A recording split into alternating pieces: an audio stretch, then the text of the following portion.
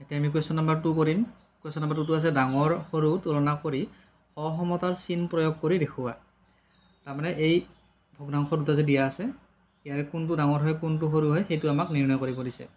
প্ৰথমটো আছে 9/4 আৰু 7/5। আমি দুটা সংখ্যা এনেদৰে পাতি ল'ম। 7/5 দুটা সংখ্যাকে এনেকৈ পাতি ল'ম। এতিয়া আমি চাম যে দুয়োটাৰে হৰত এটাত আছে 4 এটা আছে 5। গতিকে 5 আৰু 4ৰ আমি লসাগু ল'ব লাগিব। 5 আৰু 4ৰ লসাগু হৈছে 20। সেইটো আমি দুয়োটাৰে হৰত লিখি ল'ম। এতিয়া 9/4 7/5 দুয়োটাৰে লিখি ল'লোঁ। এতিয়া 4 ইনটু সামথিং ইকুৱেল টু 20। মানে 4ৰ লগত আমি 5 পূৰণ কৰিলে 20 পাওঁ। ঠিক তেনেকৈ 5ৰ লগত 4 পূৰণ কৰিলে 20 পাওঁ।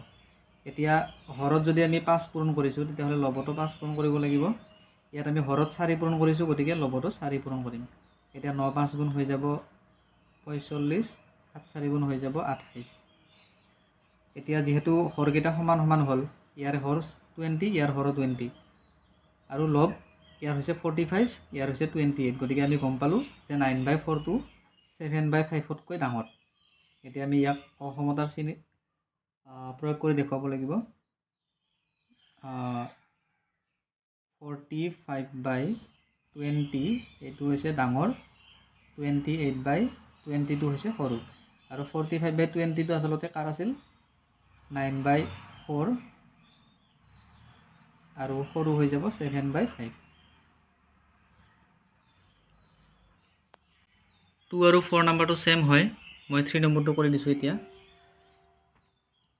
3 নম্বৰটো আছে 2 হ'ল 4/5 3 হ'ল 5/6। এতিয়া দুয়োটা সংখ্যাক আমি প্ৰথমতে অপ্ৰকৃতৰ মিশ্ৰৰ পৰা অপ্ৰকৃত বনাই ল'ম। অপ্ৰকৃত বনালে হৈ যাব 5 2 10, 10 আৰু 4 যোগ হ'ব 14 হ'ব। এতিয়া 3/3 হ'ল 5/6। এইটো কৰিলে 6 3 গুণ 18, 18 আছে 23। এই দুটা সংখ্যাক আমি এতিয়া এনেদৰে লিখি ল'ম। 14/5 এইটো তেনেকৈ লিখি ল'ম। 14/5 মাল্টিপ্লাই কিবা এটা হ'ব 23/6।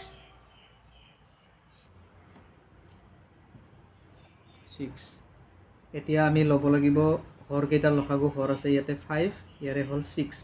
5 আৰু 6ৰ লসাগু হৈছে 30। দুটা সংখ্যাই আমি লিখি ল'ম। এতিয়া 5ৰ লগত কি মাল্টিপ্লাই কৰিলে 30 পাওঁ, সেইটো হ'ল 6। ঠিক তেনেকৈ 6ৰ লগত কি মাল্টিপ্লাই কৰিলে 30 পাওঁ, সেইটো হ'ল 5। এতিয়া ইয়াৰ হৰত আমি 6 মাল্টিপ্লাই কৰিছোঁ গতিকে লগতো 6 মাল্টিপ্লাই কৰিম। ইয়াতে হৰত 5 মাল্টিপ্লাই কৰিছোঁ মানে ইয়াতো 5 মাল্টিপ্লাই কৰিম। এতিয়া এইখিনি পূৰণ কৰিম। 6 4 গুণ 24 4 2 ইফালে হ'ব 84 আৰু এইটো পূৰণ কৰিলে 5 3 গুণ 15 5 7 গ'ল 1 ইফালে হ'ব 5 2 গুণ 10 1 11। এতিয়া আমি গম পালোঁ যে 115টো ডাঙৰ হয় আৰু 84টো সৰু। গতিকে 2 সমস্ত 5/4টো সৰু হ'ব, 3 সমস্ত 6/5টো ডাঙৰ হ'ব। আমি ইয়াক লিখিব পাৰোঁ এতেকে 84/30 is less than 115/30। এতেকে এই সংখ্যাটো আচলতে কাৰ আছিল? 3 সমস্ত 6/5 আছিল। এইটো হ'ব আমাৰ 84। এইটো হৈছিল 2 সমস্ত 5/4। এইটো হ'ব সৰু আৰু 3 সমস্ত 6/5টো হ'ব ডাঙৰ। অসমতাৰ চিন এইটোৱে হয়। গতিকে এইটো আমাৰ উত্তৰ।